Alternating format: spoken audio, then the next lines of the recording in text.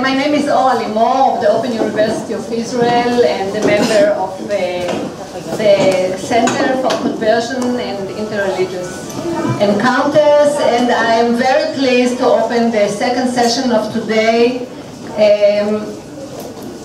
Its theme is historiography. And our first speaker is Marta Szada, who is a PhD candidate at the Antiquity in Southeastern Europe Research Center of the University of Warsaw, and a research assistant in the projects Presbyters in Late Antique West in the Institute of History at the same university. She is writing a dissertation about conversions between the Nicene and the Homoian Christianity in the Germanic kingdoms from the 5th to the 7th century under the supervision of Robert Wisniewski.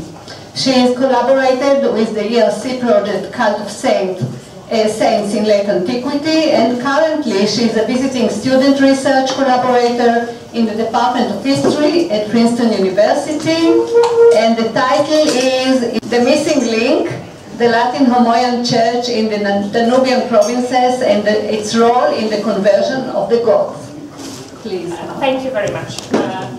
So my today's presentation stems from the PhD research project on the conversions within Christianity in the post-Roman successor kingdoms in the Latin West. When the Roman power faltered in the western part of the empire, the regions previously divided into the Roman provinces were parts of new political entities, Gothic, Vandal, Slavic, Burgundian, and Frankish ones. Except of the Frankish kingdom, all new political and military elites of barbarian origin professed Christianity in the Arian form. That is, they believed that Jesus Christ, the Son of God, is not equal to God the Father, and especially they opposed that he was consubstantial of the same being, the same substance, with the Father. The notion of consubstantiality, expressed by the Greek term homoousios, was the bedrock of the Nicene Christianity. It was used to explain the equality of the Father and the Son at the Council of Nicaea in 325, and confirmed at the Council of Constantinople in 380. The Emperor Theodosius I endorsed the Nicenes and their doctrinal stand received imperial support and the favor of the law. So we've got those two opposing. Try to speak up, maybe. Be difficult. Okay, that's better. So we've got Arians and Nicenes. Arians are the elites of those nice new early medieval kingdoms. So frequently the study is focusing on the 4th century Trinitarian controversy, so that which precedes this new political map of Europe. Stop at the 380s, interpreting the events of the decade as marking the virtual extirpation of the Arian Church. In effect, many researchers share the view that Latin Arianism in the West disappeared in the exact moment when the Goths adhered to it. And in my, though I'm interested in my dissertation in all those, in Goths, in Vandals, in Burgundians, today I will be speaking only about the Goths, because we only know about their conversion into the Arian Christianity. We've got evidence only about the Goths.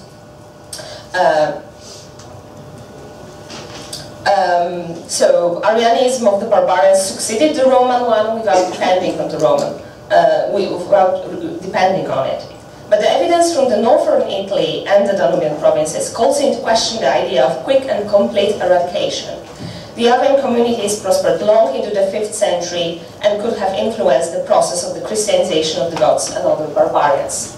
So my paper will have two parts. In the first one I will try to convince you that the Roman Latin Arianism is still there. So there, that means in the Danubian provinces. I show you the map of the 4th century. This is the administrative division of Roman Empire after the reforms of Diocletian, so it's the 4th century. And I will try to convince you that Arians are still there, not in the end of 4th century and still in the 5th century, and that they had influence on the gods who are coming from the north of Danube. The Danube marks the frontier of the Roman Empire here. So gods coming from the north of the Danube into those Danubian provinces of the Roman Empire, and there they meet still vivid Arian church. And in the second part, I will talk about Ulfilas and how he was not involved in the Christianization of the gods, simply speaking.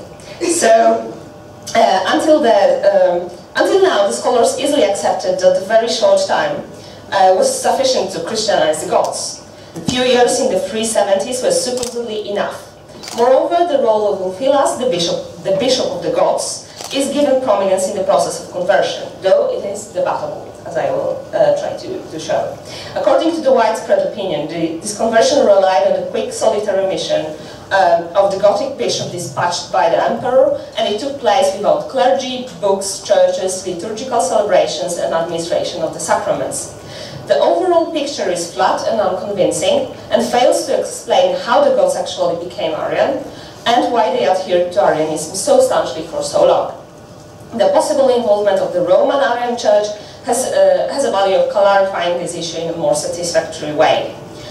The demise of the Roman Arian Church is frequently illustrated by the Nicene trend in the episcopal successions. Many prominent Arian bishops died in the 370s, that's true, and they were succeeded by the Nicenes, famously in 374 in Milan. After the 19 years of the Arian rule, the Nicene party achieved to elect its own candidate, famous Bishop Ambrose. A few years later, Ambrose promoted his candidate Annenius to the see of Sirmium in Pannonia. Sirmium is here, a very important city in Pannonia. So we see this Nicene trend, but on the closer look, and the evidence shows that the Arian hierarchy did not disintegrate as quickly as it is usually presented. Ursacius of Singidunum, so city in Mercia, very close to Sirmium, died in 370s, but was succeeded by an Arian, Secundianus. More strikingly, in the 380s, in Petovio in Pannonia, another city in Pannonia, like Petovio.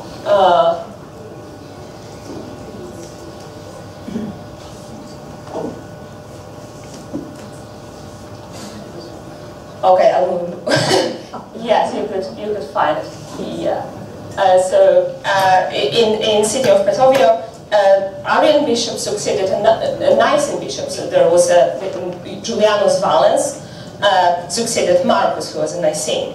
Ambrose of Milan, in a letter to his fellow bishop Constantius, also mentions, I quote, certain Illyrians imbued with the false doctrines of Arius who are present in the diocese of Imola, near Bologna. In 381, Ambrose of Milan gathered a council in Aquileia, which condemned 3 Illyrian Arians, Palladius of Ratiaria, Secundianus of Singidunum, and the presbyter of Taus. The council is frequently cited as a decisive blow to the Arian Church in the West. But the close analysis of its acts, lists of participants, and the synodal letters shows that it probably was contentious and partisan debate. A group of bishops, possibly from Illyricum, who did not represent the hardline Nicenism, left the gathering. The council eventually condemned Palladius, Secundianus, and Attalus, but there is no trace that this decision was successfully enforced. Ambrose had to ask for this enforcement repeatedly in the letters sent to the emperors. We know nothing about new Nicene appointees in Ratiaria and Singidunum, and most probably after the council, Palladius and Secundianus went back to their seats and continued to rule their congregations undisturbed. Palladius still hoped that the condemnation could be overturned if only he could meet once again with Ambrose on a debate in Rome. Another Arian bishop from Mesia, Ulfilas, went to Constantinople hoping to argue for the Arian case before the Emperor Theodosius. For the Illyrian Arians, the decisions of the Council of Constantinople in 380s and Aquileia in 381 were far from final, and should have been once again negotiated in more fair circumstances. Both Palladius and Ulfilas died with their wishes unfulfilled. But the Illyrian, as well as Eastern communities loyal to the Aryan traditions, did not just vanish into thin air shortly afterwards. They still had important allies, the young Emperor Valentinian II and his mother Justina. Until early 380s, they resided in Illyricum, it's not accident, and later they moved to Italy. In 385 and 386, they clashed in Milan with Ambrose, exactly on the case of Arian cult. They fought with Ambrose to get a place, to get a basilica for the Milanese Arians. And shortly later, the Magnus Maximus, the usurper who revolted against Valentinian, still accused Illyricum for being a region adhering to the Arian heresy. After his defeat, the Danubian provinces fell to the Theodosius I, the Nicene emperor, but the evidence of the enforcement of his anti-Arian laws is paltry. We definitely cannot see a triumphal procession of Nicene clergy, and the evidence of undoubtedly Nicene bishops from the region is very unimpressive. But the survival of Arianism in the Theodosian and post-Theodosian era in Illyricum is best attested in the Arian theological literature from the late 4th and 5th century. So particularly significant is the manuscript Parisinus Latinus 8907. It is a 5th century codex containing a collection of anti-Arian texts, treatises of Hilary of Poitiers, treatise on faith of Ambrose of Milan, and the Acts of the Council of Aquileia. The image above is a main text of these anti-Arian texts, but the manuscript was acquired at some point after 381 by an Arian who, at the margins of the Acts, inserted the apology of Palladius of Rhotiaria to the Arian bishop condemned by Aquileia, and those marginal notes and comments are in different scripts are represented here. Later, the codex passed to another person who placed the second group of the Scholia, the commentaries of a certain Maximinus on the Acts of the Council, citing also the letter on Ulfilas by Auxentius of the Restorma. Auxentius is another Arian bishop from the Danubian provinces. Maximinus is usually identified with Bishop Maximinus, who arrived in Africa in 427, together with the army of Sigismund, and debated with the aged Augustine in Hippo. We do not know in which city Maximinus was a bishop, but taking into account his attachment to the Latin tradition of Palladius Seculianus, it is almost certain that he was installed in Illyricum. In total, this manuscript is a complex document of the continuing Arian tradition, and as Neil MacLean rightly pointed out, it embodies in physical form the transmission and adaptation of the Arian interpretation of Aquileia from one generation to another. The second corpus of the Arian texts confirms the intuition about the continuing existence of the Arian communities in Illyricum. In 1992, Raimond edited the collection of sermons that survived in one manuscript, CLM 6329 from the Bayerische Bibliothek in Munich. The whole collection is heterogeneous and consists of the texts of various origins, some of them well known, others composed at a recent date. The manuscript is 8th century. But some of the sermons in the collection were otherwise unknown, and they were clearly expressing some subordinationist theology. Here on the slide, you can see the sentence non estigitur filius et falis patris, so the son is not equal to the father, so clearly our text. The Illyrian origin is not discernible at the first sight, but some features point toward it. So the Latin of the sermons is permeated with Hellenisms, which suggests that the author might have been bilingual. He knew Bible both in its Latin and Greek version, and he probably also knew the Gothic Gospels, and some liturgical aspects point toward the Eastern Church and its traditions. So Illyricum is very, very probable. Also, the composition of another important Arian work can be tentatively located in the Danubian provinces.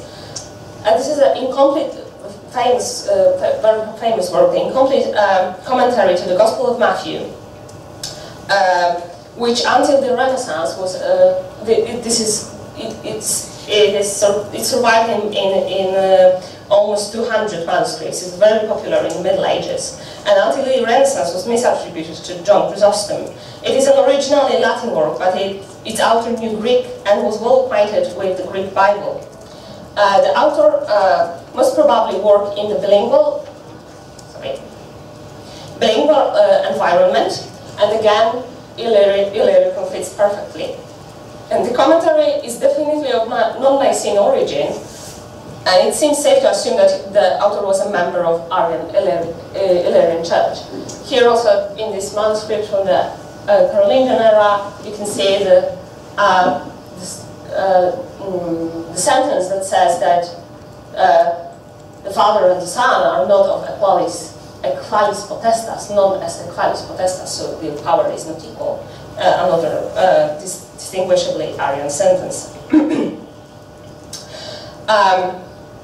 The author felt very confident in his doctrinal positions and openly rebuked heresies, especially the Homoousian one, as he calls the Nicene Christianity.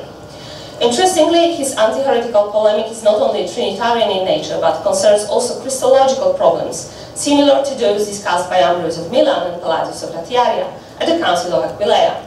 In few places, the author of the opus defends the repetition of baptism in case of the converting heretics. And as we know, rebaptism belonged to the Arian practice in the successor kingdoms, so the Goths and other Arian non-Romans had to learn it from somewhere. Most probably those teachers were clerics from the Illyrian churches who shared the same mindset with the author of the Opus Imperfectum. The Arian writings of the late 4th and 5th century prove definitely that the concept of the extirpation of Arianism in Theodosian era needs to be abandoned. It was weakened, but continued to exist in the Danubian provinces long into the 5th century. In this light, the conversion of the Goths to Arianism should be assessed anew. The thesis about the disappearance of the Arianism in the 380s might influence the modern thinking about the Christianization of the Goths and other barbarian peoples.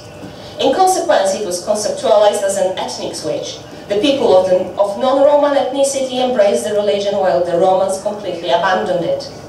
Thereby, the disavowed Roman heresy changed into the creed able to preserve ethnic difference under the Roman pressure of acculturation. Anything Arian that was later than 380s has to be, according to this view, equaled with Gothic or Vandal, even if no additional ethnic markers were discernible. That is why also a lot of late Arian literature that I presented is frequently associated with the Goths. A good example is the case of Bishop Maximinus, the author of the Scholia. There were recurring attempts to assign Maximinus the Gothic ethnicity just because he was at some point associated with the Roman army led by the Gothic Count Sigismund. But there is nothing distinctively Gothic, either in the person of Maximinus or in his text. We definitely should not think about his Arianism in categories of the dead Latin tradition resuscitated in a new, ethnically different milieu. Arianism of the Goths was not an effect of the appropriation of the alternative Christian traditions, which aimed at conservation of their ethnic identity against the oppressive Nicene Empire. It was rather a consequence of the initiative of the Latin, mainly Illyrian, clergy who undertook the pastoral work among the Gothic Christians. One example that can be cited is Bishop Giulianus Valens. It is a bishop, already mentioned bishop of Petovia in Pannonia. We knew about him from the letter of Ambrose of Milan to the Emperor Gratian, sent after the Council of Aquileia. Ambrose says that Giulianus Valens refused to attend the council where he could be judged for, I quote, the overthrow of his country and the ruin of his fellow citizens, and not for heresy, though it is clear that he was Arian. And further on, we don't really know what happened. There are attempts to interpret this sentence from Ambrose as a proof that Giulianus Valens betrayed his city to the Goths, but we don't really know. Further on, Ambrose says that Giulianus Valens dared to appear in view of Roman army, wearing a collar and bracelets, dressed in the manner of tribesmen, being desecrated by Gothic impiety, behavior which without any doubt is sacrilege, not only in a bishop, but in anybody who is a Christian. For it is inconsistent with the custom of the Romans, even if the priests of Gothic idolatry possibly appear like this. Ambrose's critique of the Gothic attire of the Arian bishop is the most important for my purpose here. Specifically, Julianus Valens was supposed to wear a torque and bracelets, which Ambrose links with three things. First, with Gothic impiety.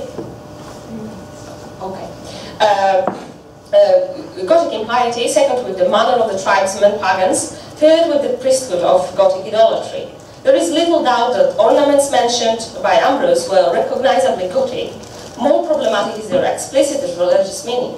Were they really characteristic of the Gothic priests, either pagan, Christian or pagan?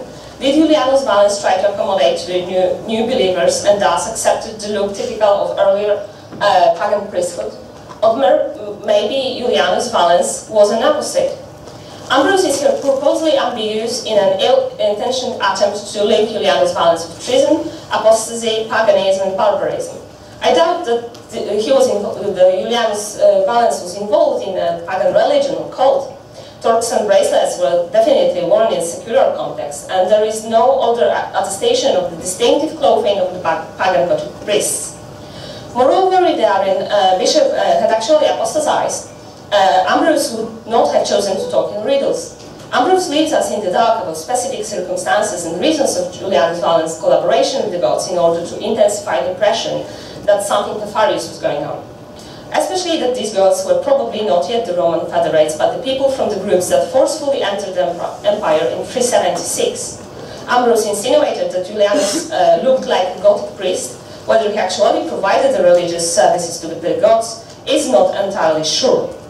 Admittedly, Ambrose says only that Julianus Valens dared to appear in view of the Roman army, not that he was doing the pastoral work.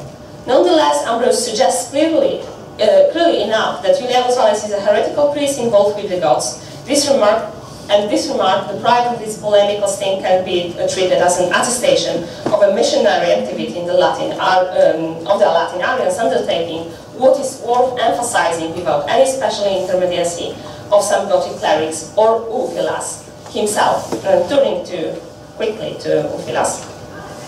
So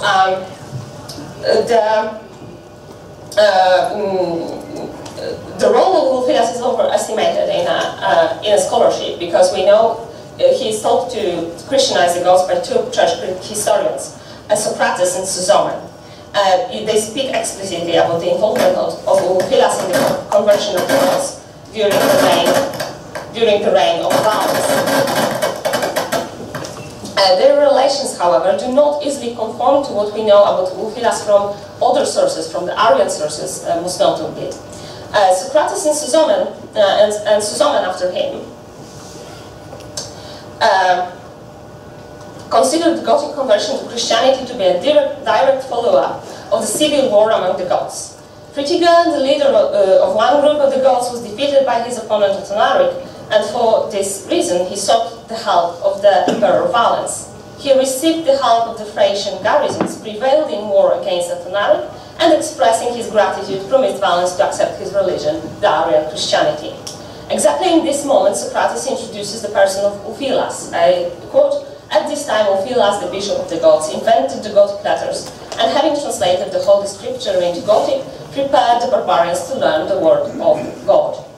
The war of Valens against Athanaric can be identified with the war in 369, known from the other sources. So, following the narration of Socrates, we should date the conversion to circa 370.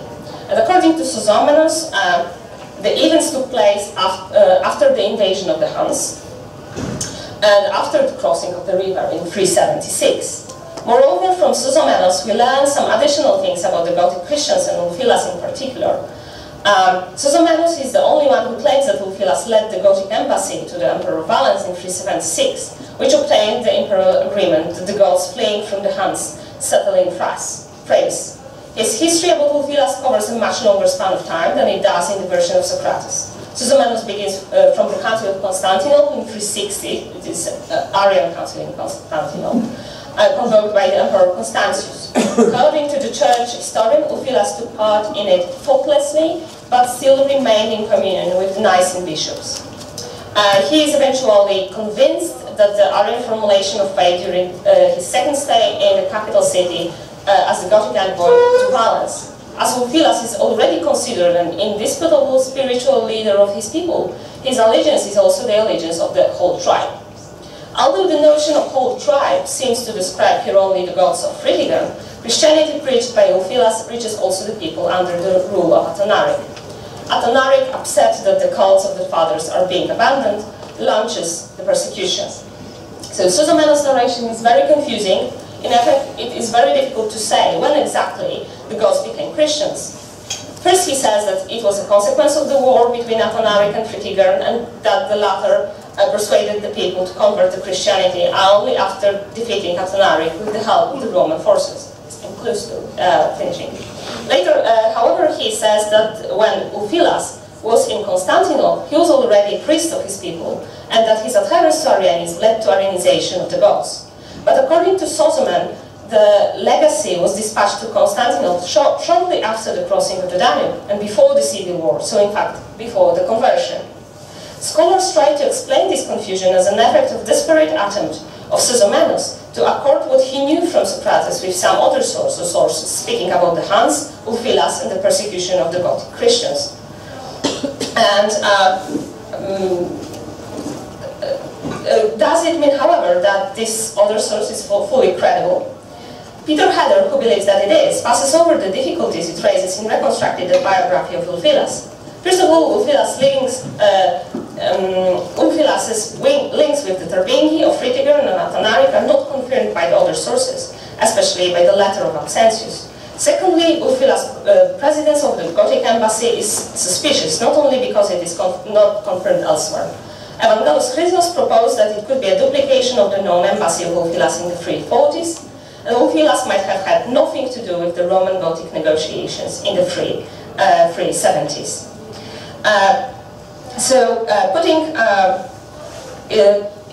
To conclude, putting the role of Ulfilas in this perspective, that he was not really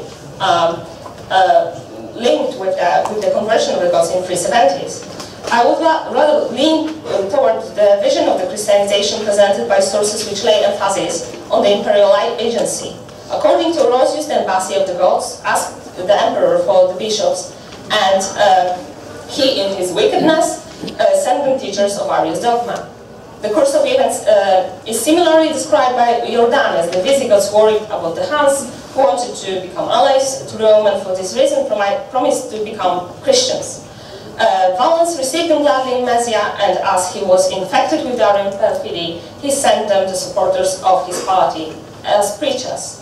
And that way they become Arians. But I doubt that the only few years of Valens' reign were enough for this Christianization, that it continued in the Danubian provinces for the next generation, for the next 2 decades. The next generation of the gods were born already in the Arian faith, and this secured the survival of this version of Christianity for the next centuries. Thank you. Thank you, Marta. Our next speaker is Professor Yaacov Lev, who is a Professor Emeritus of Medieval Islamic History at Bar-Ilan University. His main field of research is socio-economic history of medieval Egypt and Syria during the 7th to the 15th century. And he will speak on Islamization as a political act, the 717 to 720 delegation to Ifriqiya, Tunisia. Please, Professor Lev. Thank you for your introduction. The events that I intend to discuss are well known and briefly referred in many sources. Omar II, the Umayyad Caliph of Damascus, 717-720, sent a delegation of 10 people to the province of Ifriqiya, modern Tunisia, to teach the people Quran and the law. The most detailed account is derived from the writings of the 11th century biographer al-Maliki of North African origin. He provides the name of the 10 people, biographies of them, and the impression is that it was an internal mission. It means to teach Islam, the law, the Quran, to the Muslim population of North Africa. Now, the the situation that we discuss early Islamic history from late sources is a common one. It is always an obstacle and a challenge, and the standard technique is to try to reconstruct the chain, the textual chain, as far as it goes. In this particular case, the attempt stops with a 10th century Egyptian geographer, Ibn Yunus, who provides 3 names of Egyptians, of people from Egypt who participated in the delegation. But 15th century Egyptian historian Makrizi provides additional information about one of the members of the delegation.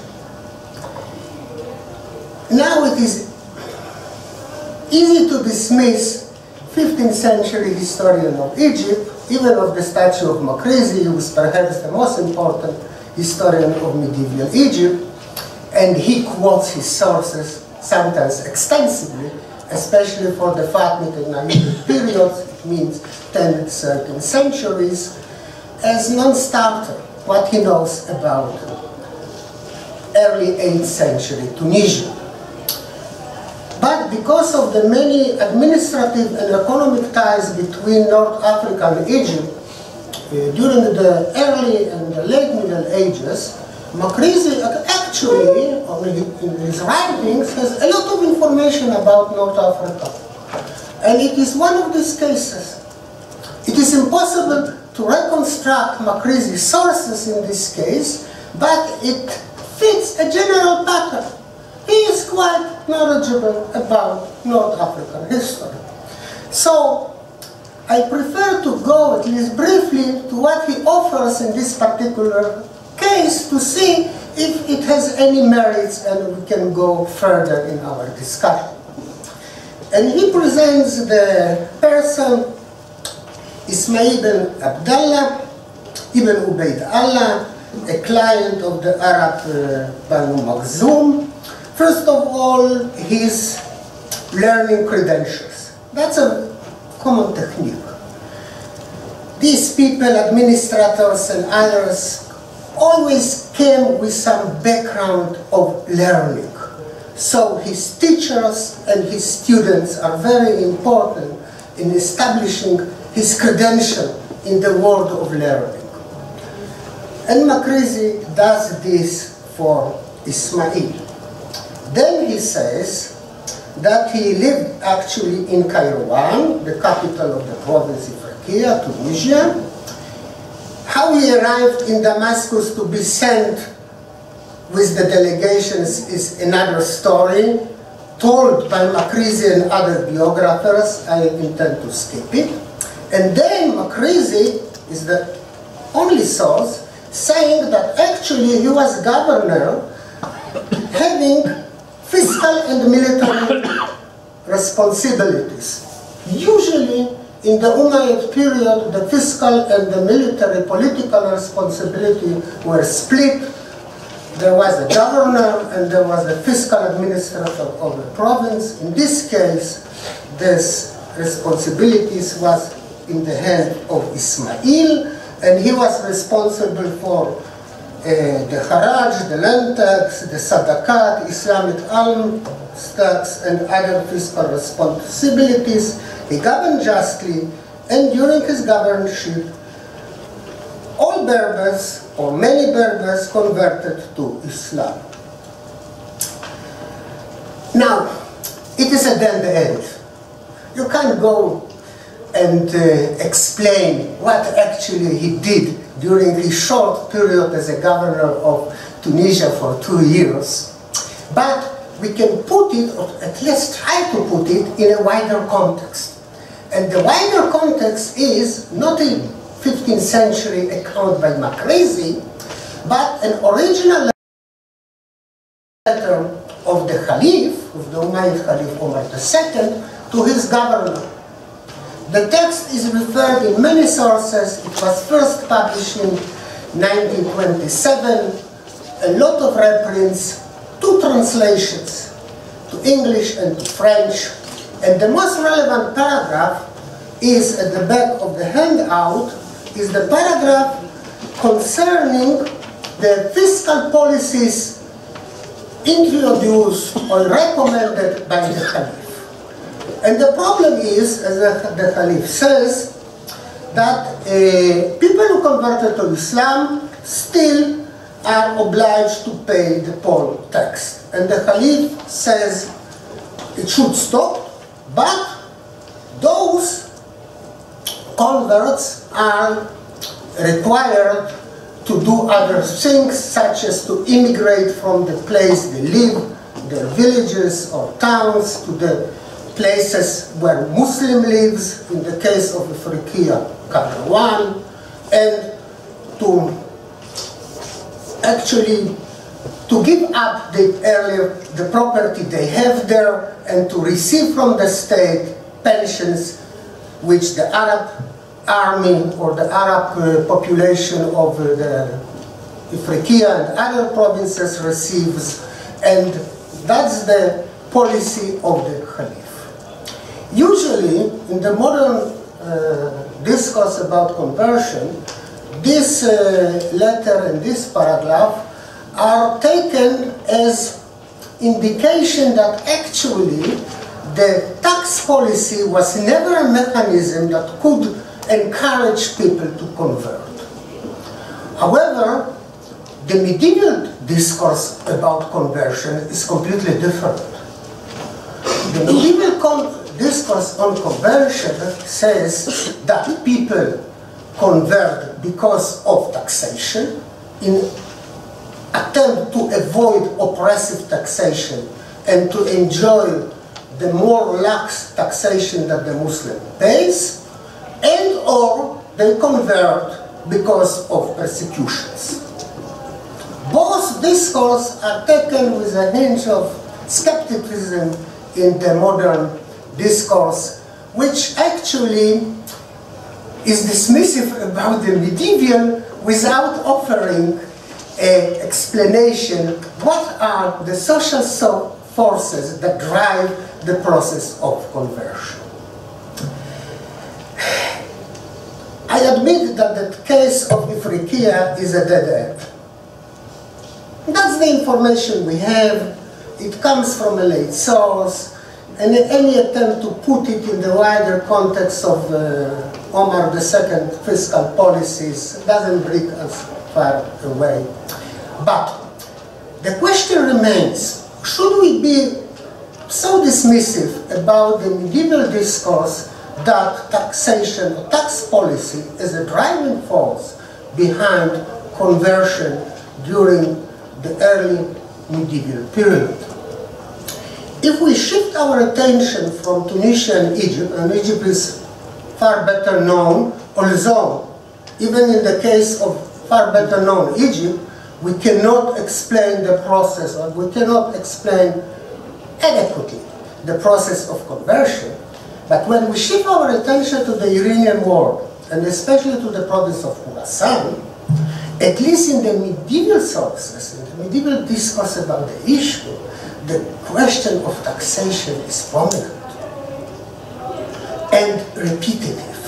It means during the whole Umayyad and early Abbasid period, the 7th, 8th century, the question of taxation in Khorasan was something that was significant in the policies of the Umayyad and early Abbasid caliphs.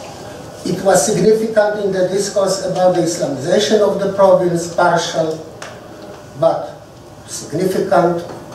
And the question is, should we follow the sources, perhaps one again be more attentive to the medieval discourse and be less dismissive, what usually we do in the current modern discourse, scholarly discourse about the Islamization. And the basic question is and remains, what are the forces that drove the process of Islamization? Persecution is one answer, taxation perhaps is another answer, and I think that we should go back to the basics. Thank you. Third speaker is Niels Eggerz, who is a PhD candidate at the Department of Jewish Thought at the Hebrew University. He studied modern and ancient history as well as Judaic studies at the University of Munich and received his MA in 2013. He specializes in Jewish-Christian intellectual exchange, conversion narratives, Christian Hebraism, and Christian Kabbalah. His dissertation is supervised by Pavel Mashcheko and Aya Eliada. He deals with the Christian Kabbalist and convert from Judaism, Johann Kemper of Uppsala, alias Moses Aaron of Krakow. And the title of his talk today is Jewish Thought. The Hebrew is from Moses Aaron to Johann Christian Jacob, re-evaluating the conversion of Johann Kemper of Uppsala, 1670 to 1716. Please. The phenomenon of Jewish conversion to Christianity in early modern Europe has received quite a bit of scholarly attention in the last decades. As shown in recent studies, converts, together with their Christian mentors, sought to convey idealized narratives of their conversions, portraying them as most learned rabbis. However, they had most often merely officiated as second-rank religious functionaries, that is to say, as schoolmasters, cantors, or ritual slaughterers.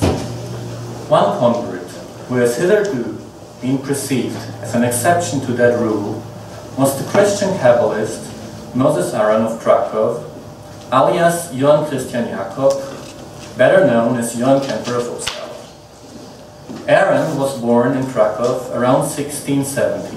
He converted to Christianity in 1696 in Schweinfurt and received the name Johann Christian Jacob. After his conversion, he spent about 2 years at the University of Altdorf, where he worked, among others, for the then famous Christian Hebraist, Johann Christoph Wagenbach. Around the year 1700, he started calling himself Johann Kemper and settled in Uppsala, where he taught Hebrew and rabbinic literature. During that time, he authored exegetical works in Hebrew, namely a concise commentary on the Gospel of Matthew and a comprehensive Christological commentary on the Zohar. He passed away in Uppsala in May 1716. Before his apostasy in 1696, Aaron experienced a messianic upheaval precipitated by a Sabbathean prophet by the name of Tzadok, who had predicted the final redemption for 1695. Perceiving Kemper as a learned rabbi and skilled Kabbalist, this event has been understood by previous research as either a decisive factor or at least a catalyst for Aaron's conversion. Consequently, his Christian writings on the Zohar have been read against the backdrop of Sabbathean Kabbalah. This paper puts forward a new interpretation of Aaron's conversion based on a comparative reading of his convert autobiography called Humble Account and the accompanying baptism sermon. It suggests that Aaron's personal circumstances, coupled with his encounter with the parson Johann Friedrich Heunisch, were the determining factors in his conversion. Since the minister shaped Aaron's conversion narrative, his description of the mentioned messianic upheaval is particularly revealing of Heunisch's perception of Jewish messianism, implying that depicting disenchantment thereover was of importance to him rather than to Aaron. As we shall see, Kemper was thus not the hitherto assumed learned Sabbathean rabbi who sought to preserve his Kabbalistic messianic enthusiasm, but a somewhat typical early modern convert. Who were the two men who met sometime in the last quarter of 1695 in the free imperial city of Schweinfurt? What was the nature of their encounter, and what led these men with entirely different social, intellectual, and ideological backgrounds to meet in the first place? In 1695, Johann Friedrich Heunisch was a well-established theologian who served as diacon at Schweinfurt's main church and as teacher for theology, metaphysics, and Hebrew at the local college. He had studied theology and philosophy at the two renowned universities of Jena and Leipzig, which were centers of the branch of Protestantism known as Lutheran Orthodoxy. Moreover, he had traveled extensively throughout the Protestant areas of the Holy Roman Empire, acting as a professional academic discussant. He regarded himself as the spiritual heir to his famous uncle and predecessor in office, Caspar Heunisch, who had acquired renown as a vociferous proponent of Lutheran Orthodoxy and a fierce opponent of millenarianism, that is the belief in the establishment of a messianic kingdom of the faithful on earth. Johann Friedrich Heunisch republished the writings of his uncle, which therefore provide profound insights into his own worldview. In his works, Caspar Heunisch puts forward his own concept of a divine ordering of time, which he deduces solely from the Bible, whereby he upholds Luther's tenet of sola scriptura. Not uncommon for a champion of Lutheran Orthodoxy, he postulates the existence of an Occidental and an Oriental Antichrist, namely the Pope and the Turks, thereby opposing the millenarian notion that the Antichrist would be a Messiah imitator appearing in the end time. The second coming of Jesus, respectively the end of the world, was to be expected according to the calculations of Caspar Heunisch only in the distant future, namely in the year 2398. He thus countered any form of acute and enthusiastic messianism by postponing the end of the world to a year so remote in time that it was most likely far beyond the imagination of his contemporaries. Defining a divine ordering of time, which explicitly excluded a millenarian rule of the Messiah on earth, meant at the same time that every attempt on the part of Christian believers to hasten the end time or to further the second coming of Christ were per definition futile. This, in connection with the insistence on Luther's sola scriptura, automatically turned everyone into a heretic who either claimed to be an inspired prophet or said of himself to be a herald of the imminent advent of the Messiah. Aaron, on the other hand, was by all accounts in a far less favorable position. Despite the efforts of humble account to portray him as having received the finest Jewish education possible, and in sharp contrast to him being called rabbi by almost every document at our disposal, Kemper does not seem to have belonged to the early modern rabbinical elite. Most sources imply that Kemper served as rabbi to the community of the Franconian village of Niederwehren prior to his conversion. However, besides the mere fact that this little place was obviously no center of Jewish learning at the end of the 17th century, it is moreover questionable whether the local Jews could afford to employ a rabbi of their own. It is much more likely that Aaron officiated as some sort of second-rank religious functionary, which is corroborated by the Schweinfurt council minutes with style Aaron, schoolmaster of Niederwehren. The title rabbi was thus, in Aaron's case, either a mere title of respect with which the rural Jews addressed him, or was bestowed upon him by Christian sources. Not uncommon for Jewish second-rank religious functionaries in early modern rural Germany, Aaron's rabbinical erudition was average at best. He counters, for instance, Heunisch's arguments from the writings of the famous medieval exegete Abraham ibn Ezra with the interpretations of a popular Yiddish glossary. Or, to give another example, from his later exegetical works, he frequently adduces evidence from liturgical poems instead of referring to the generally known source texts. It is thus fair to assume that Aaron had never belonged to the elitist early modern rabbinical stratum, notwithstanding that he attempted to create the impression that it was otherwise. He was thus far from being an outstanding scholar with perfect mastery over both exoteric and esoteric Jewish texts, as has been claimed in research. Yet, Aaron was not only not as learned as hitherto assumed, he was also most likely underpaid, as it was often the case with Jewish second-rank religious functionaries in rural Germany in the late 17th century.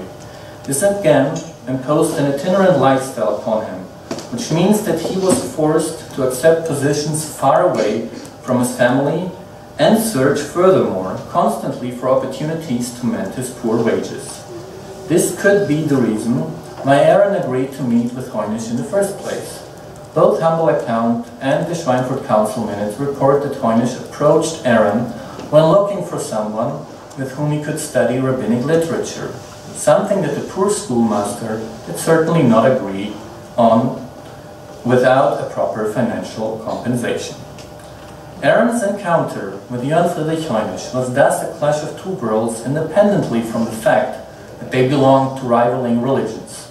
Aaron was a mildly educated, discontent and underpaid schoolmaster who was forced to live far away from his family.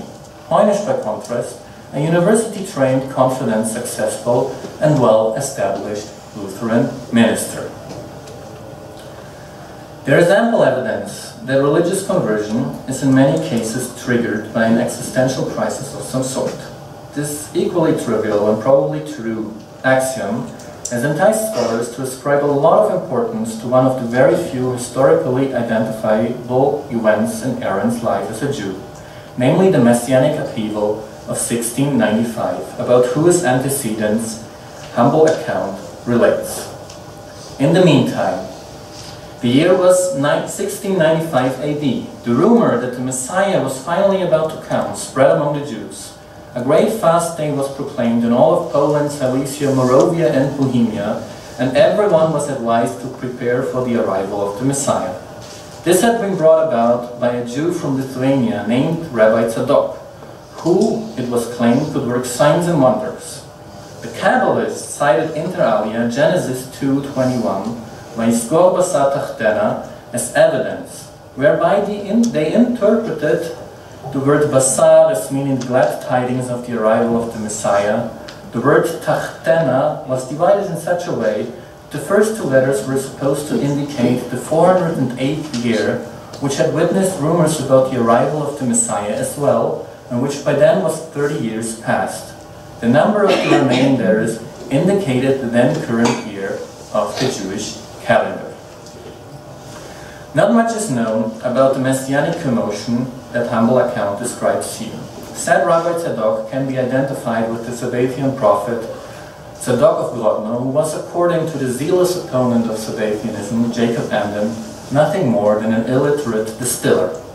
The few surviving sources on Tzadok confirm the alleged scriptural proof cited by Aaron and state explicitly that the expected Messiah was supposed to be Shabtai Tzvi, with Tzadok being his messenger.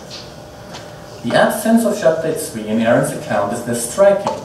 This is even more so the case when considering that a connection between Tzadok and the Sabbathean movement can be inferred from Aaron's own words, even though he explains correctly that the word tachtena refers to the year 5408 or 1648 and 5455 or 1695, he continues by stating that the year 5408, that is to say 1648, had been counted 30 years ago.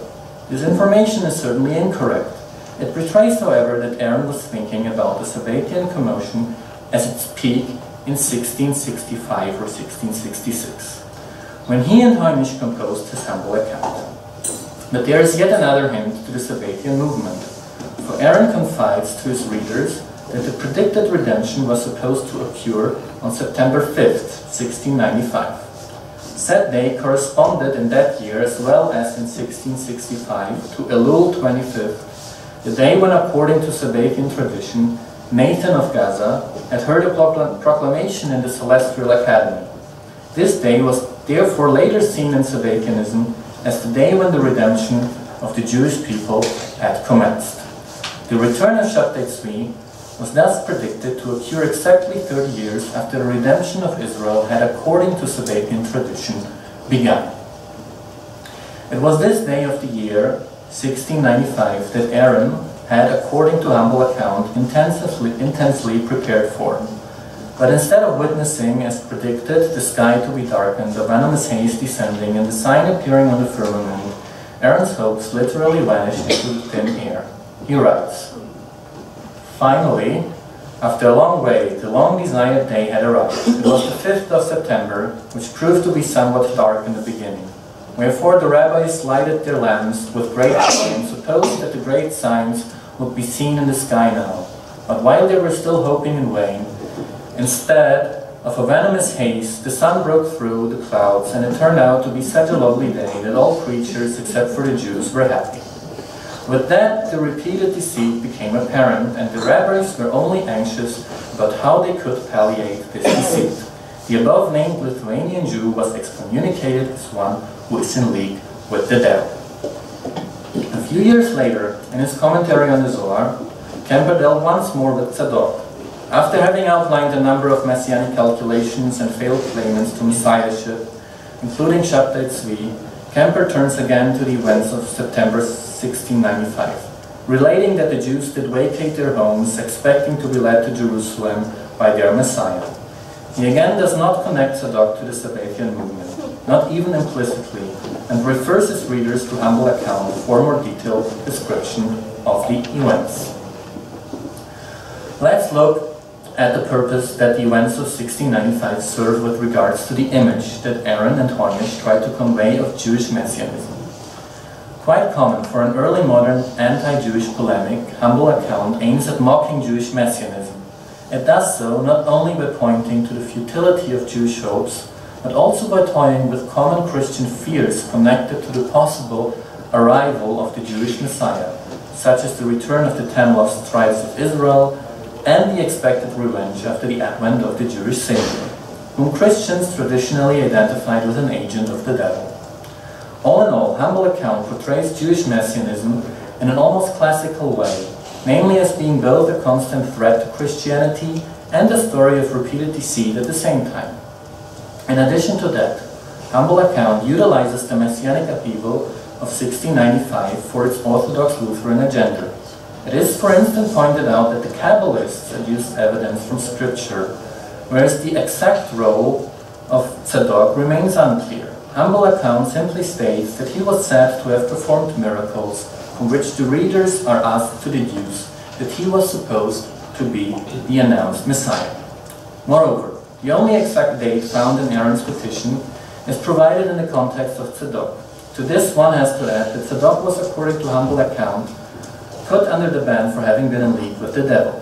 Proponents of Lutheran Orthodoxy often refer to millenarianism as a form of Judaizing. It could as well be that Johann Friedrich Hoynish wanted to employ the example of Tzadok's movement to illustrate to his Christian brethren the dangers of trusting in messianic prophecies that promised physical redemption in this world.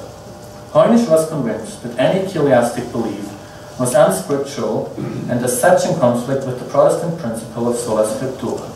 Therefore, he attributed the seemingly theological justification for Tzadok and his movement to the Kabbalists, whose teachings were, with the notable exception of some exegetical tools, regarded as especially dangerous. Luther himself, as well as later proponents of Lutheran Orthodoxy, considered Kabbalah to be a form of sorcery and thus as the work of the devil. For that reason, humble account concludes with the remark that Tzadok had been excommunicated as being in league with the devil. This information is not corroborated by any other source and is also not repeated in Kemper's later writings. Even Jacob Emden, who is never at loss for harsh judgment, does not make such a claim. Putting someone under the ban for being a servant of Satan seems rather unlikely within Judaism. As opposed to this, it was common among early modern opponents of millenarian enthusiasm to ascribe the beliefs and behavior of the enthusiast to satanic forces. This was all the more true with regards to Sabbathians, who were often perceived as Jewish enthusiasts by the Christian contemporaries. The description of the predicted natural disasters were supposed to accompany the second coming of the Jewish Messiah reminded Hoynish of similar millenarian prophecies. Moreover, he might have wanted to expose the absurdity of the idea widespread among Catholics and millenarians that the Antichrist would be an eschatological Jewish impostor endowed with the ability to work signs and wonders. It is as if humble account wanted to state, there are admittedly people like Tzadok who make fables look realistic for a moment, but sooner or later prophecies like this would always be proven wrong.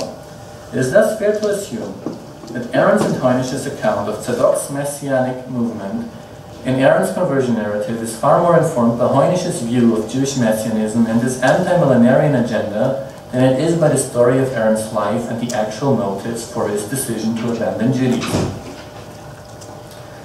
Aaron's conversion was a multifaceted process that was brought about by many factors. Second-rank religious functionaries, like him, often suffered from constant financial difficulties and the itinerant lifestyle imposed upon them. This meant that they lacked the emotional support of their families and often became subject to a vague sense of having little to lose. The fatal combination made them disproportionately responsive to the possibilities that conversion to Christianity seemed to offer. Unlike many of the co-religionists, they were educated enough to engage in scholarly debate with Christian ministers, in which they, however, often proved to be no match for university-educated and eloquent Christian scholars. All these factors hold true in the case of Kemper. He was an itinerant schoolmaster who had been hired by an utterly unimportant rural community of southern Germany. Underpaid and only minorly educated, he agreed to study rabbinic literature with the diacon Johann Friedrich Heinrich in order to mend his poor wages. During the joint study sessions, he befriended Heinrich and engaged with him in religious debates, in which he, however, succumbed quickly to the very erudite and eloquent minister. The Sabbatian upheaval that Aaron had experienced about a year prior to his conversion was only one factor among many. The description provided by him thereof shows on the one hand some intimate knowledge of the movement around Rabbi Tzadok, yet a deeper analysis betrays, on the other hand, that the portrayal of that movement is far more informed by Christian views of Jewish messianism and by Heinrich's anti-millenarian agenda, rather than by Aaron's personal reasons to convert. These insights, namely Aaron's insufficient erudition and the comparatively minor importance of Sabbatian messianism for his conversion, are of far-reaching importance for the interpretation of Kemper as a person and author, for they call into question whether Sabbatianism is the right interpretive framework for their understanding. Thank you. Thank you, Niels. Our respondent is Demise Halft, who received his doctorate degree in Islamic Studies from the Free University in Berlin, Germany. He currently holds a postdoctoral fellowship focusing on the interreligious polemical writings of Jewish and Christian converts to Islam at the Center of the Study of Conversion, our center here, at the Ben-Gurion University of the Negev. He has recently been appointed a fellow of the Martin Buber Society of Fellows in the Humanities and Social Sciences at the Hebrew University, Jerusalem, starting next year. Please. Hi. Thank you, Ora. Hello to everyone. First, I would like to thank our three speakers for their papers. As you can see, we heard three very different papers on Christianity, Islam, and Judaism, dealing with a period that stretches from the 1st century Islamic era up to early modern times.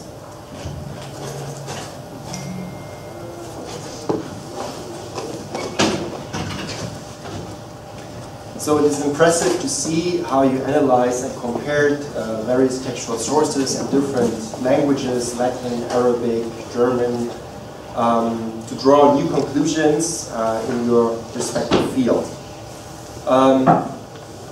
First, Marta Szada focused in her paper on the effects of Christian Trinitarian debates in the early church, especially in the Danubian provinces, as we saw, a provincial region of the Roman Empire, referred to today as the Western Balkans.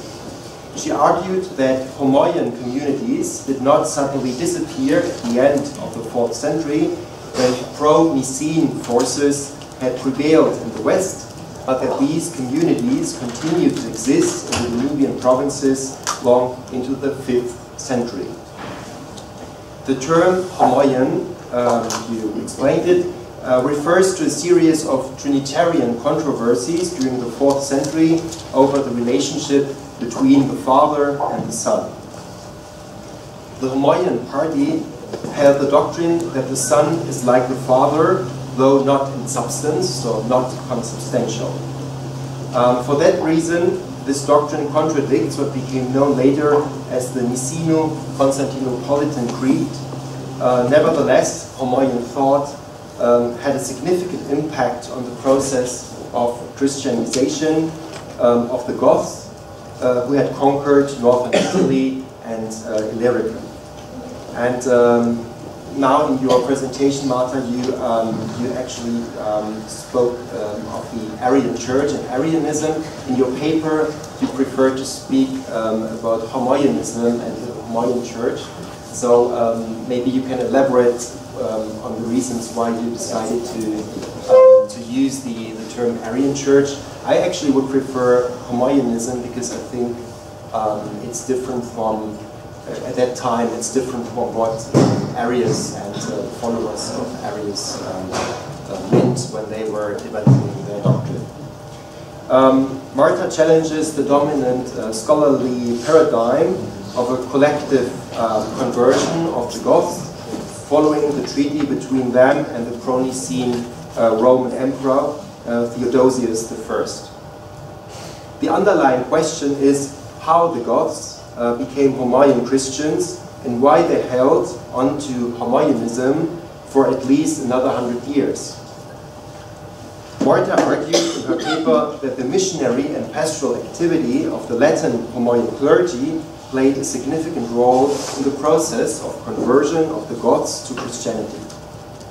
Although accepting Christianity can be seen as an act of submission to Rome, the Goths set themselves apart from the Nicene Romans by defining themselves as Homoian Christians. The conversion to Homoianism thus became an important identity marker for the Goths. It goes without saying that this process was no one-way street. The conversion of pagan people to Homoian Christianity had also an effect on religious thought of the early church, especially with regard to the repetition of baptism. I think you didn't mention that now in your paper, but in your draft you mentioned that as an important example. This might lead us, in our discussion that follows, to further questions about a possible link between political submission, ethnicity, and conversion. In this respect, conversion has a twofold meaning. It functions as an instrument of integration of a group of people into society, but it also helps to form a new identity of this group vis-à-vis the ruling elite, such as the Romans, who were the pro-Nicene, belonged to the pro-Nicene party. Okay. So in the second paper, Professor Yaacov Lev turned to the early Islamic period and the historical processes of Islamization and Arabization. Well, at least in the draft paper that I received, were making this point.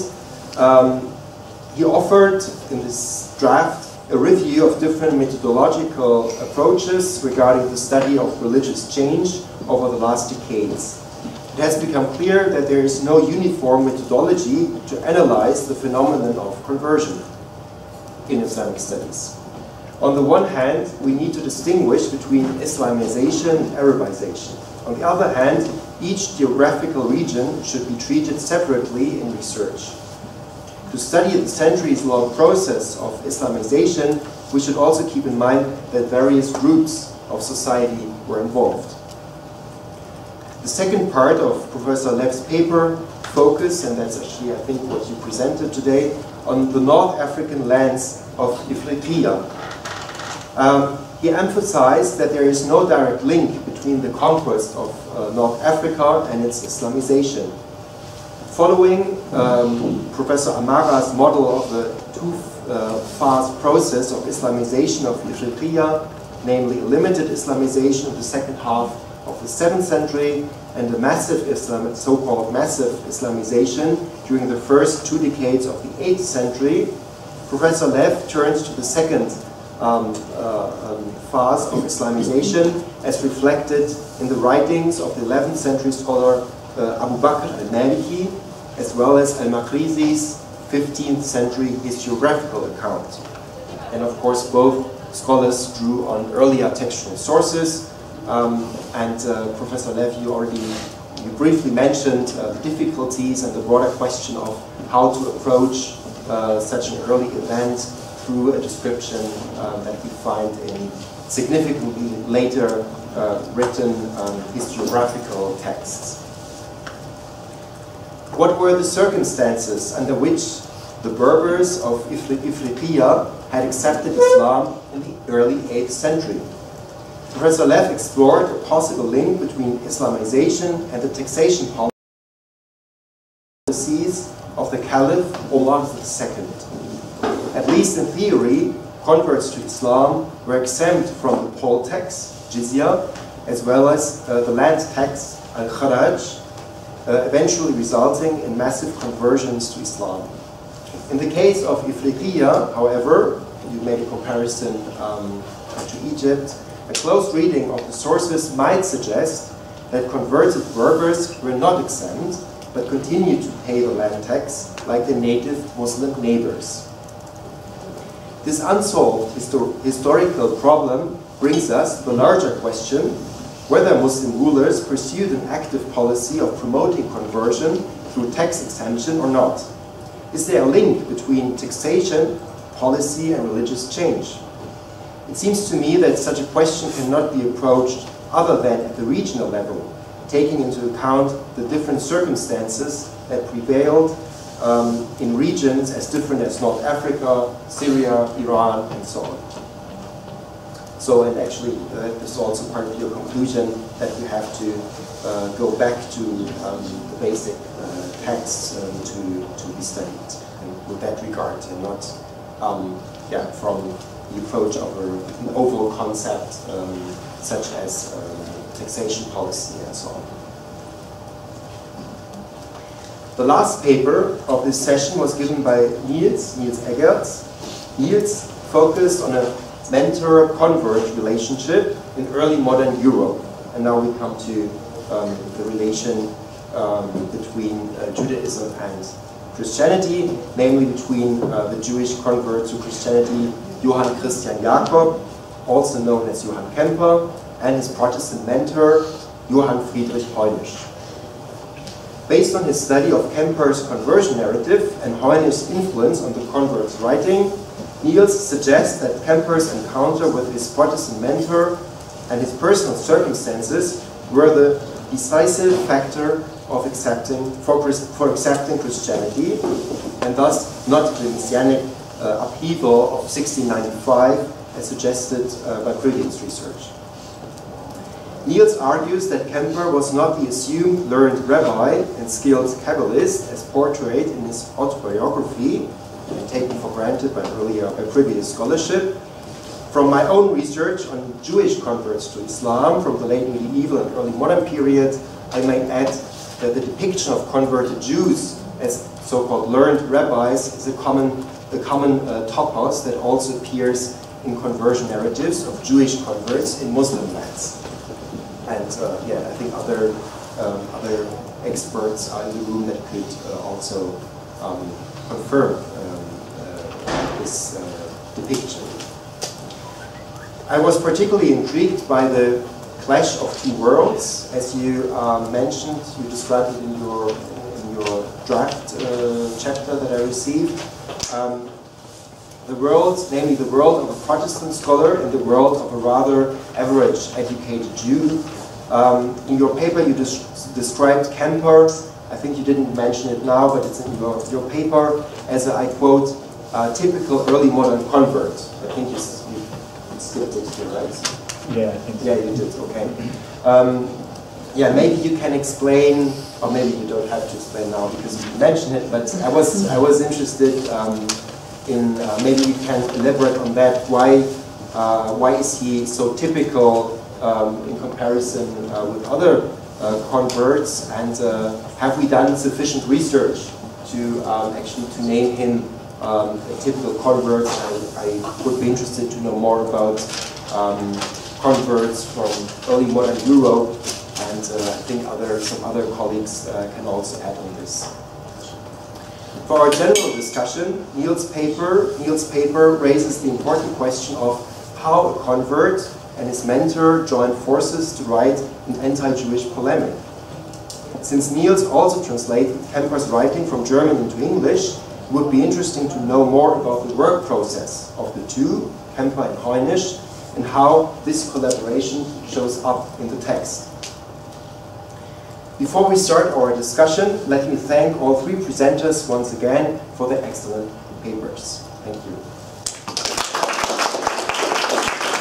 So let's first hear the answers of our panel members. So I need to explain myself terminology. Every scholar who works with early Christian theology and with different theological discussions and with heresies and the questions of making of orthodoxy and heresiological studies has to confront himself with terminology. How do you call those groups? Because usually what we have a derogative, pejorative denominating names like Aryans. Aryans is very calling one an Aryan is a way to make of them great heretics who just deny the divinity of the Son. Currently, scholars try to avoid those historical terms and try to be more precise. So there is this term of homoians, and the homoians are exactly those who adhere to the creed of Constantinople 360, and there was parallel council in Rimini at the same time, which declared that the Son is similar, homoios, to the Father. So they are called homoians, but the term is purely modern. So this is a modern creation to call more precisely adherence to this creed. And I usually use this term in my research, though it's a bit artificial. So this is a problem. The homoians never called themselves homoians. They called themselves Catholics or Christians, and refer to their heretical counterparts as Romans, which is interesting, or homoousios, so using the term of homoousios as a shibboleth.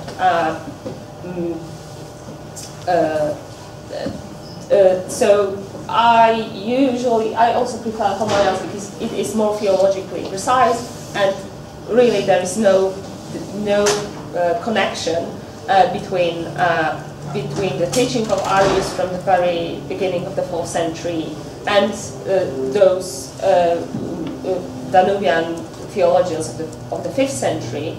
And interestingly, but one can use those terms if modified or qualified as a historical term. This is a term how we when we see Arians in the sources, they are called Aryans. So this is the term of the sources, and I decided to use it that way because today we don't really feel very much that Aryanism is something wrong. So it's not like, it's more I think that in modern discourse it's not so problematic as in the late antique one. So if we agree what it's supposed to mean, we can use it.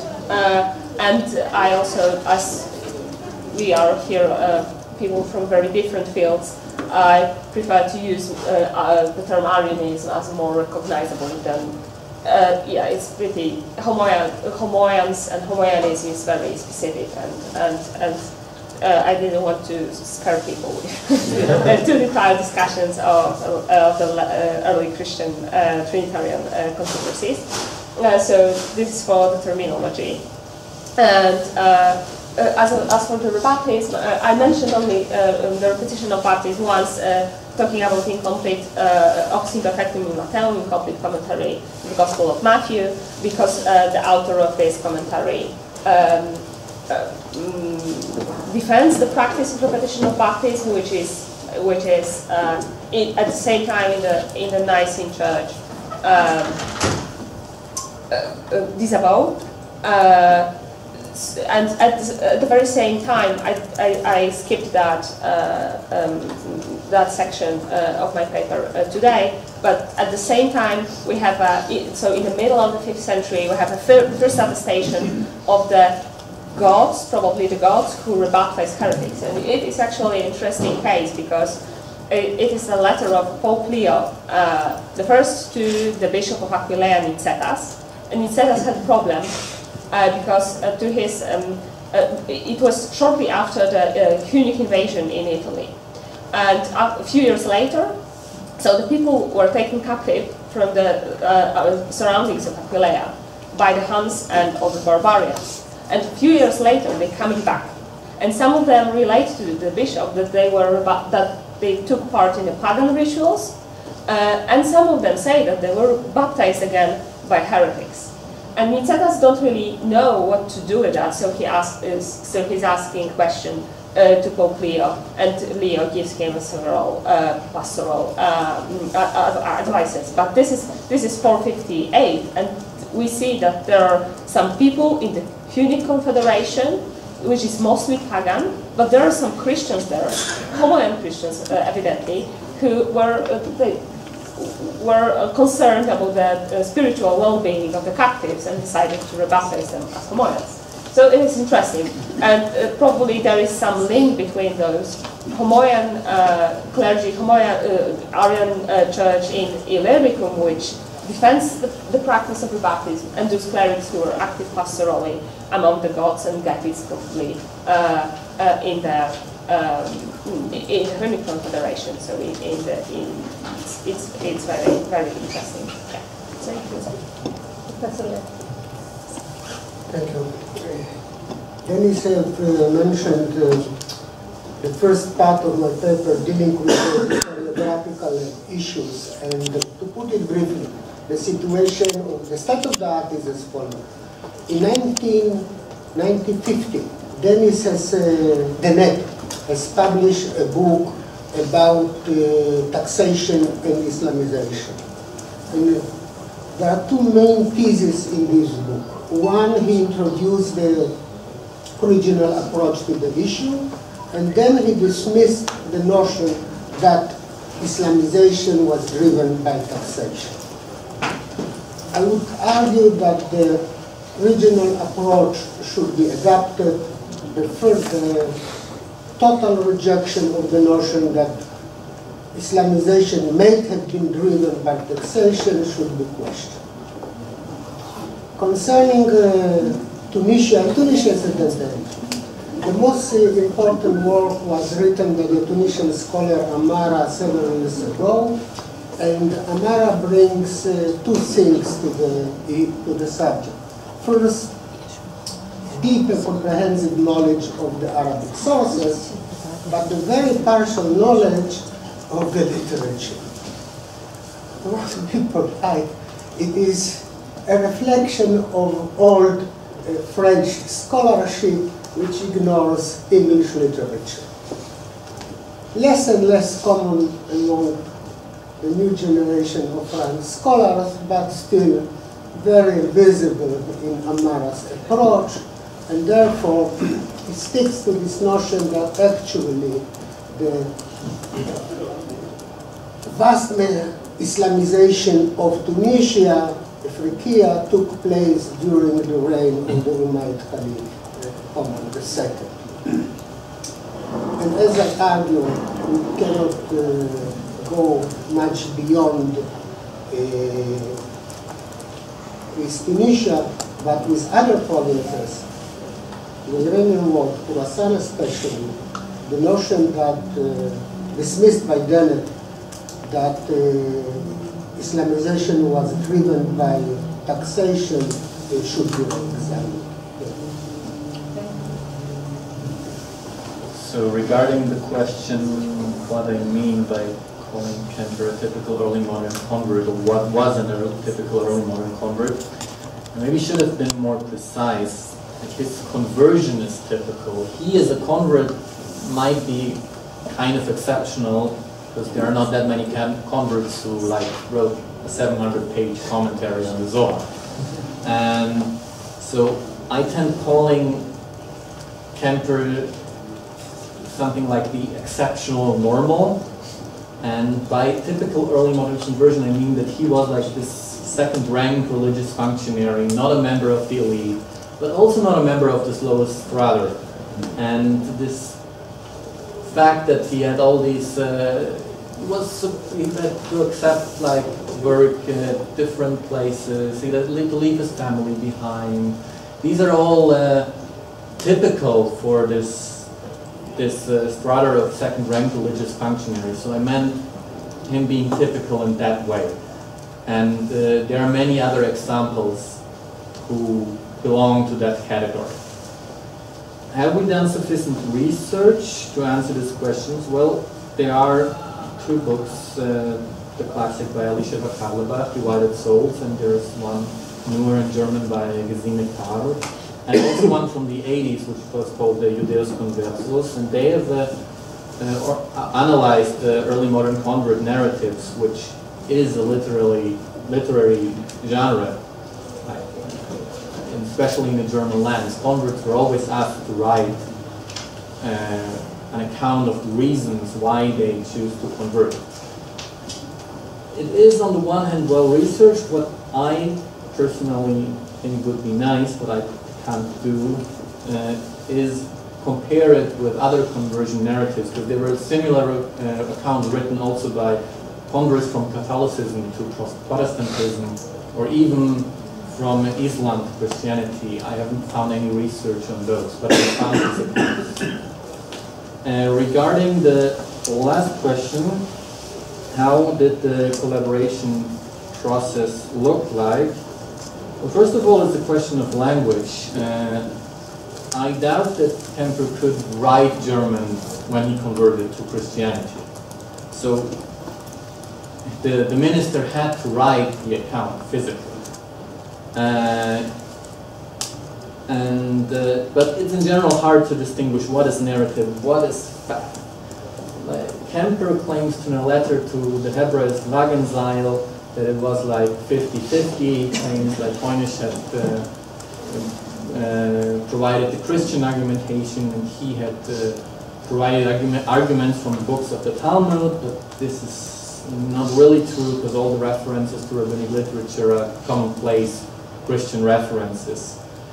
So I'd say that it was mostly Heunisch who wrote it, but of course the convert provided him with the information on his life and with his reasons, and it was a collaboration, but I'd say 70% was the Christian minister.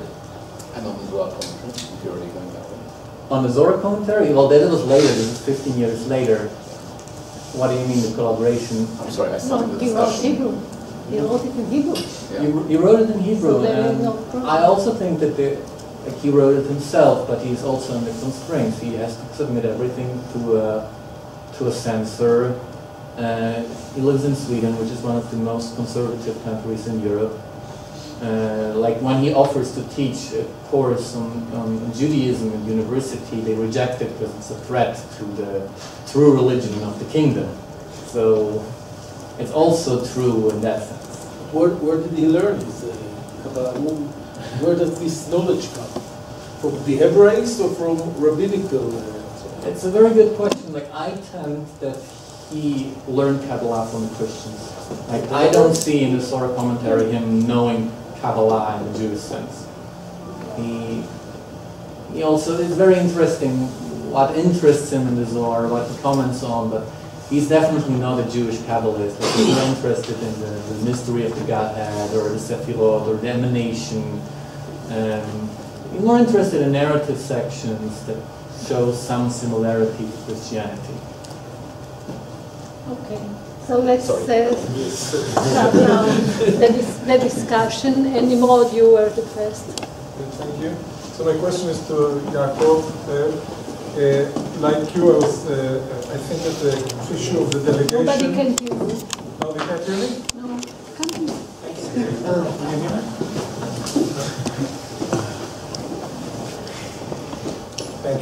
Can you hear me now? Does it help? Yeah. So I found the issue of the delegation sent to North Africa very interesting, and I would like you to elaborate a little bit on it. On the factual level, there's something that seemed strange to me. Omar II sending 10 companions of the Prophet. There's a sort of a huge time gap here, so what's the explanation? There has to be something going on here somehow.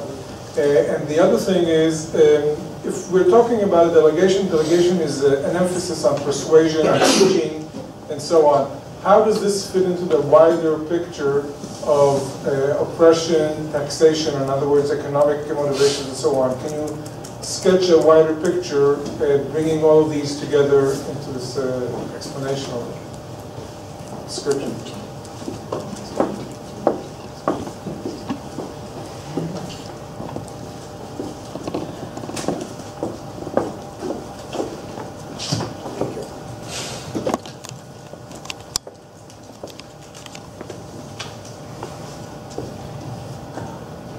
Yeah, that's a mistake. Not companions of the Prophet in the term of Sahaba, Tabi'un. It means the followers. The fourth generation of the companions of the Prophet. Yeah. Yeah. But the second question is more difficult to answer. Actually, there is no broader context of taxation in Tunisia. Really. There is no literature. There are no sources, there is no literature. For example, Makrizi's statement that he was responsible for Sadaqah. Sadaqah is mentioned by Ibn Hawqal, 9th century geographical text, as a tax taken in Ifriqiya from the nomads. Which is okay for the 9th century, because in 9th century, Sadaqah, slaves, zakat, got this meaning that taxes are levied for Muslims, including the nomads. There is no context. There is no context. Actually, the only province that there is, that we can say something meaningful about taxation is Egypt. And the accumulation of work, especially by patrologists, about the taxation in Egypt is staggering. But the link, even in the case of Egypt, the link between taxation and Islamization is still vague.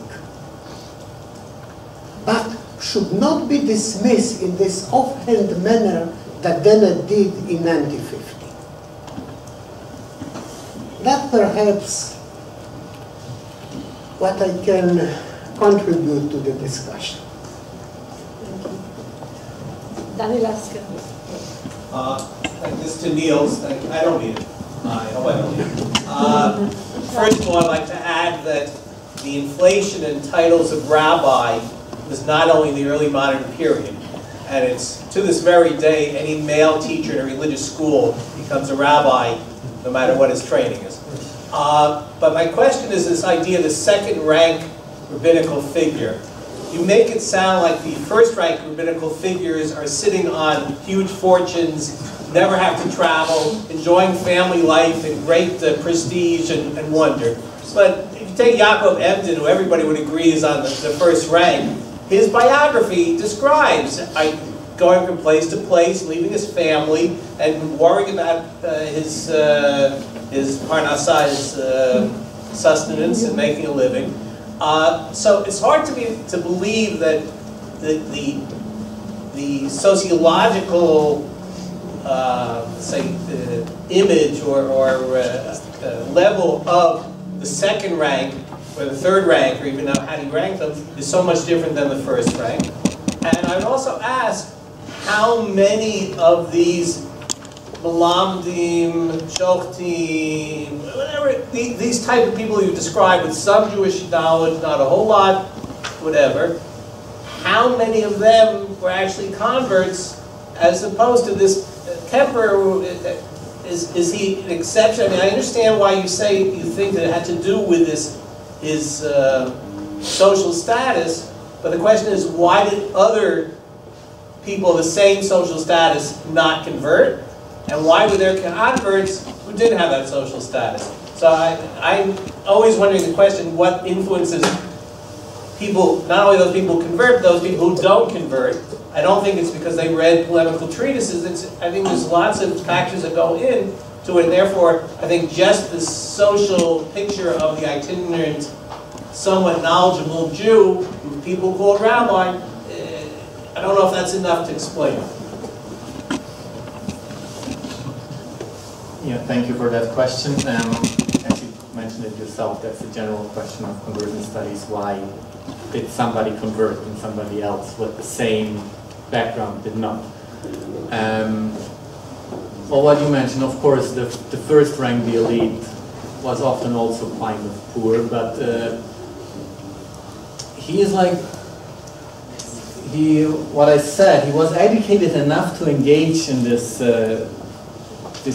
theological discussion, but was not educated enough to go through with it. Like, Hoynes brings an argument, and the only thing he has there to counter it is like his teacher's manual with, like, in Yiddish, which explains difficult words But you're assuming this is a true event. I mean, you're assuming that this account is true. In other words, my assumption is, or perhaps your assumption is, that if he really knew the Jewish sources, he would never have converted. Well, now, that's nice to think, but I'm not sure that's true. There are many factors, like I also did not mention, like he has this story about portraying himself as this poor orphan, never had a father, and I've read the modern day descriptions of converts that it often has to do with one dysfunctional parent. Like there are lots of factors that I didn't mention, but I agree with you, this is not sufficient to explain his conversion. And with regards to assuming that it's true, like there is this account of Hoynes and Kemper debating the second psalm, and where it says, "You're my son, today I have yelediticha." How do you say it in English? Yes, and there's a mashkuba, and it appears in this humble account, but it also appears in the council minutes of Schleinsfurt, and also Kemper mentions it at least in 3 instances in his later works that this psalm made him convert to Christianity. So I have reason to assume that this discussion really happened. Does that answer your question at least a little bit? Well, if you went today to a well-educated Jew, rabbi, whatever, in certain circles would have no idea what's in Psalm 2, because they know what's in the Gemara backwards and forwards. They might even know the Zohar. But to know how to answer these particular things, which is one of the many reasons that some Jews wrote polemical guides like Nitzachon, so that people could run home and look up what Psalm 2. I never heard of it. You know? Okay. Yeah, over there. Thank you. My question is to Marta. It's about Arianism. Do we have any evidence for Arianism among so-called Crimean gods, especially in the light of newly found inscription on the Basilica of Mango, which supposedly has Gothic something? Really?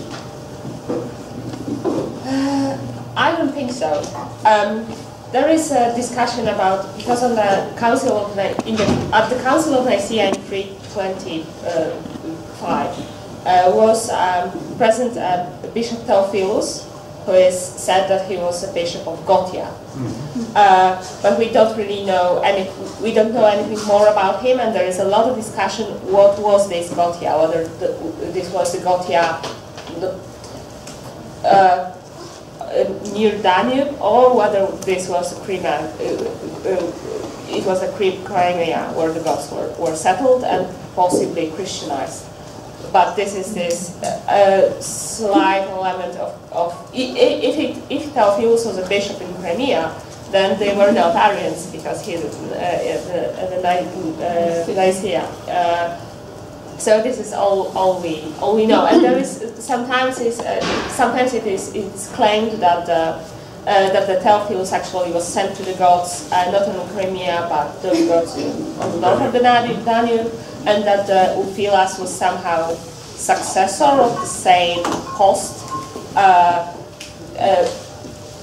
The Arianism or Homoianism of Ulfilas also is sometimes questioned, because Sozomenus says that Ulfilas remained in the communion with the Nicene bishops actually for some time, and only later he became he changed his adherence.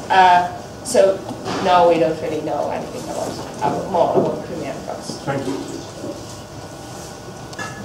I have a question to Niels about the language. We spoke about it before, and now I find it even more interesting to think about, like now that we know the story, that he wanted to create a certain image of himself, why he was writing in Hebrew. Was this related to his potential readership at all, or more to the image that he wanted to create of himself? The Hebrew language, like, I mean, I don't know the context, but yes. Was it like widespread? And I don't know of many converts who composed Hebrew treatises. I simply think the reason why he wrote his exegetical works in Hebrew was that he simply didn't know Latin very well. Like, I have letters that he wrote in Swedish, and he inserts Latin words, and you can clearly see that he has no idea how to inflect them, and or he has no idea how to spell them. He does not know how to spell Swedish. It's like makes reading his letters really painful to guess what he wants to say. But I think the main reason is that's the language he knows. It's a good reason. Yes. Yeah, just out of curiosity, can you say a little bit about if his Zohar commentary is in fact based on Christian sources, what kind of the state of the field was of Christian Zohar commentary when he came around? And also, this is like another general curiosity question, how good is his commentary on the Zohar? That is to say, I don't mean, obviously, like, I'm not asking you to assess the Christological aspect of it, but does he get it? How good of a reader of the Zohar is he?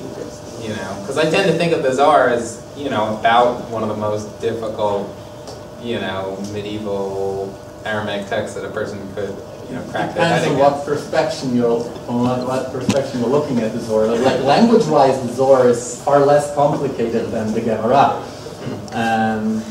Of course, the content is very challenging. As I said, he didn't know Latin, so he doesn't quote any Christian books. He refers twice or three times to Bookstores dictionary. You can see here and there that he apparently has heard something. Somebody has told him, so he's repeating that.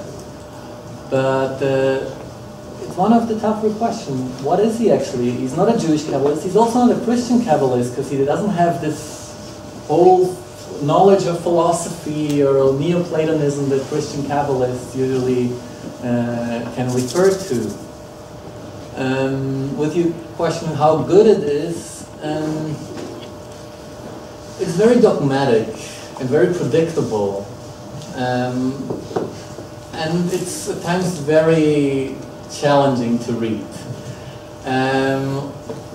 On the other hand, he has like this sense of drush. What do you call drush? He's like the fact that he was only a second-rank religious functionary doesn't mean he's stupid or that he doesn't have any exegetical prowess. And sometimes he like comes up with some nice ideas.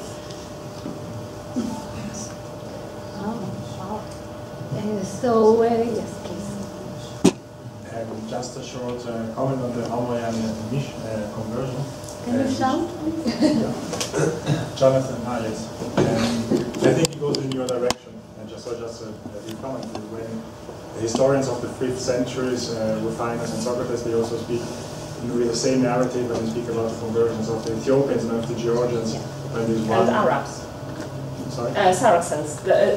Just after in Socrates' narrative, just after the narration of the conversion of the gods, there is a narration of the conversion of the Saracens, led by Queen Mavia, and the narrative is very similar.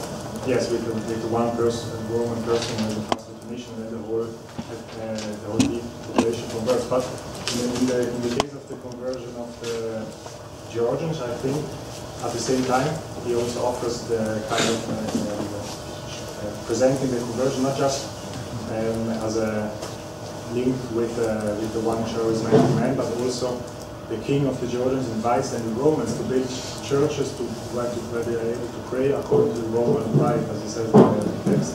So this can also show that even the narratives of the church historians of the 5th century are also diversified enough to see that conversion can mean an act of loyalty towards the Roman Empire. Yeah. Thank you. No, just go. To Niels, perhaps we can find an additional explanation to the reason why he wrote his tracts in Hebrew, and this has to do to the fact that you showed that he wrote this commentary on Jewish mysticism, taking mainly Christian sources, according to you, and after he moved to Uppsala as a Hebrew teacher. In other ways, if you want to be a Hebrew teacher, and if you want to embody the Hebrew wisdom, you are supposed to write in Hebrew.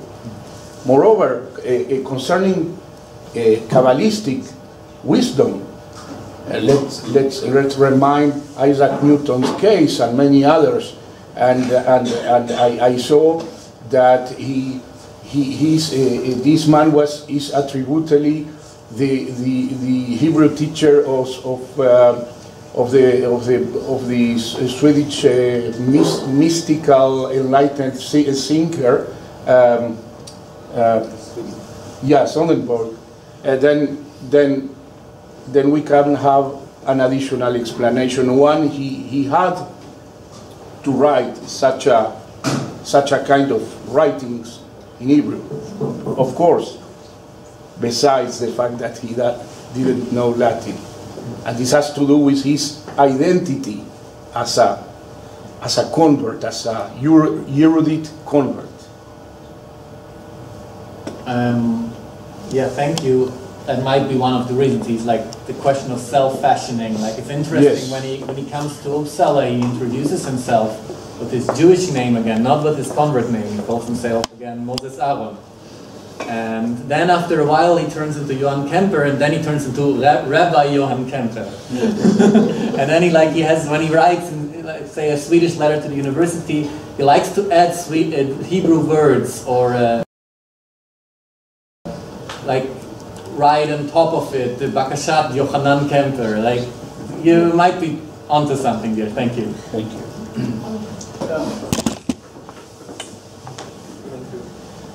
For Niels, I would like to know, although you reject the common explanation of Kemper's conversion following the failure of Sabbatianism, I think this is until now the common explanation, can you find in his Zohar, in his work on the Zohar, any influence of Sabbatianism there? I mean, any knowledge of something that Sabtai Tzvi or Natan Azati or other followers of the Sabbatean movement wrote afterwards? The short answer is no. Like, he doesn't use Sabbatean terminology. Does not seem to know, like, about Sabbatean theology. He quotes at one point, he refers to some Sabbatean manuscript, but it doesn't really, like, only in passing, but it only means that he had it at his disposal there in Uppsala, and he had quite a few manuscripts at his disposal. But no, there is Shifra Asulim, she has written an article, and she claims that Kemper is like this subversive element within the Protestant church in Sweden, I simply don't agree with it, and I don't see it. No point. Doesn't exclude, like he lived at a time that doesn't exclude the fact that he knew something about Sabbateanism, or that here and there his interpretation is similar to some Sabbatean interpretations. After all, he lived in a time which was full of Sabbateanism. You can see it, like, encounter Sabbatean explanations everywhere.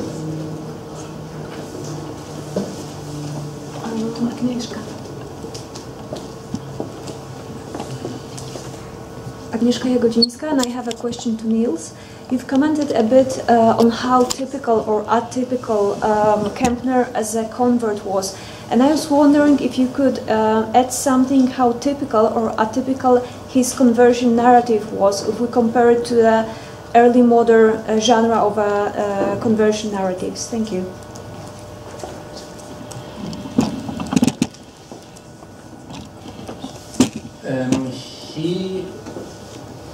It is typical, like you can see that it follows the template. Like he presenting himself as this messianic seeker, portraying his conversion both as having been foreshadowed from early childhood but at the same time being totally surprising. He relates this story about having played with children, Christian children, and then he learned from them the name Jesus, and then he said it at home, and his mother was furious. And this is like a typical story. Or another example are the alleged rabbinical proofs that he brings. They are all like it's this passage from the Talmud where it says that the world is supposed to stand 6,000 years, 2,000 years. Tohu, 2,000 years Torah, and 2,000 years Messiah. This is like very typical. Or the verse from Genesis, Vayavo Shilo, Velo, and it has all in there. I think it's very typical in a sense. So if there are not any no more questions, we'll thank our 4 panelists and the audience, and lunch is served.